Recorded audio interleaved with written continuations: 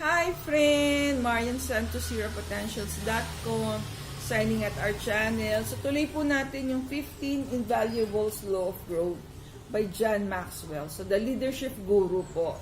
So nasa law number 11 na po tayo. The law of trade-offs. So ano po ba yung law of trade-offs? You have to give up to grow up. So sometimes, yung sa life natin, meron tayong step back ba ang tawag dyan, that we have to do in our life in order to grow. So ano ba? Grow or go? So baka minsan we need to step back nga po. So I remember when I was still with Dunkin', in order to be a store manager, you have to pass through being a shop supervisor too. So supervisor 1, supervisor 2. When you go to supervisor 2, you have to pass through an assignment in a central kitchen or where the donuts are baked. So parang ano siya yung although there's a promotion in your salary, pero mas maano pa rin to be assigned in a selling store or a retail store kasi may commission po doon, di ba, of your sales. Sa production kasi wala po, parang yung pinuproduce po kasi nila yung donuts. So parang it does not compensate na tumaas yung sweldo mo pero nawala yung incentive bonus mo, or siguro sa mga sales it's commission, no? So parang in order to do that or to be a store manager, which is a higher position and yung prestige din, di ba? So work is you have to go through this path. So it's a trade-off di ba? So yun din po yung example na binigay ni John Maxwell here. Parang sometimes in order to, parang may example siya is someone who was a businessman na he climbed up the ladder sa Pillsbury, but before he went to Pillsbury, he was in Coca-Cola. But yun nga, nag-resign siya sa Coca-Cola to go to Pillsbury to work there kasi nakita niya yung meron siyang career growth na inaasahan. So from a manager, started as a manager, but eventually became a vice president. Then parang meron siyang ano na hinahanap. He want to be a president, but kailangan niyang mag-transfer to Burger King, one of the subsidiary of Pillsbury, para magkaroon siya ng exposure to be, in order to be, so may mga trade-off syempre, from vice president ka na, you go back to Burger King, so mag-aaral ka ng operations. Medyo mahirap ang operations sa retail store just like sa Dunkin', we have a 45-days management training program when you learn how to bake, to work in the production, hindi lang sales, hindi lang meeting the clients, but even meeting the production people and learning how the donut becomes a donut. So yun, yung you have to pass through this. So ganun din, minsan we have that trade-off.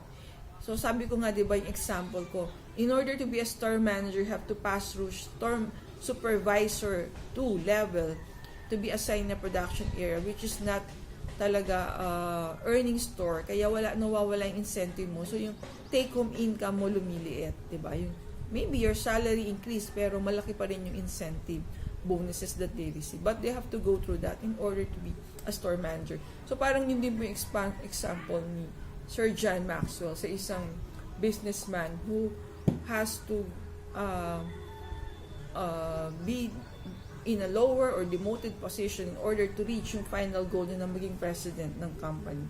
So eventually nakuha naman po niya. So sabi nga niya, trade-offs are available to us throughout life. So now we have to make decisions, certain decisions.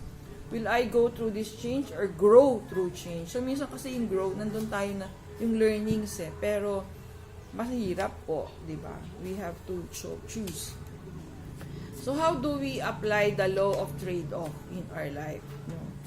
Let's check. No? So I am willing to give up financially today for potential. So sabi ko nga, di ba, yung the store managers of Dunkin' is nag-aano sila ng assignment in the production area in order to be a store manager. Ito trade off nila yung financial income as a supervisor 1 in order to pass to supervisor 2. So how do we apply yung law of trade-offs in our life? Number 1, write your own personal list of trade-off principles. Start by using this list. I'm willing to give up financial security today for potential tomorrow. So are we willing to sacrifice yung financial natin, abundance. I'm willing to give up immediate gratification for personal growth. Yan kasi pag learning process talaga maraming challenges, di ba, that we have to pass through. So are we willing to give them up? I'm willing to give up the fast life for the good life. I'm willing to give up security for significance. So si John Maxwell lagi niya ini-emphasize yung significance. Parang we have to learn how to make that difference sa mga activities natin, hindi lang yung security natin or financial abundance. I'm willing to give up my addition for multiplication. So parang 2 steps backward, sabi ko nga kanina in the beginning. Number 2, it's just important to know what you are not willing to give up, as it is to identify what are you willing to give up. So ano ba yung kaya nating i-trade off nga po in order to grow and find fulfillment sa future dreams natin. Think through the things that are non-negotiable in your life and list them. Then for each, identify its greatest potential threat and what safety measure you need to put in place to protect it. So ano ba yung non-negotiable naman natin? Is it our children, our family? So it depends on each one of us. Hindi naman po tayo pare-pareho ng priorities. What trade do you need to make right now that you have been unwilling to make? Most people settle in and learn to live with a limitation or barrier that can be removed by making a trade. What is the next things you need to trade off? What you must give up to get it? So, yan po.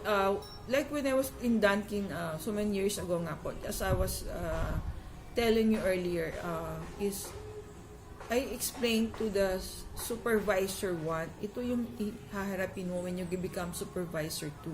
But if you pass that test already, eventually you will be a candidate to be a store manager. Siyempre, as HR, we are aware ano yung mga upcoming stores that will be projecting for the coming year, for our budget for next year. So, nandun yung opportunity, but there are some trade-offs that you have to give up in the process. God bless us all. Thank you for watching. Please subscribe and like our video.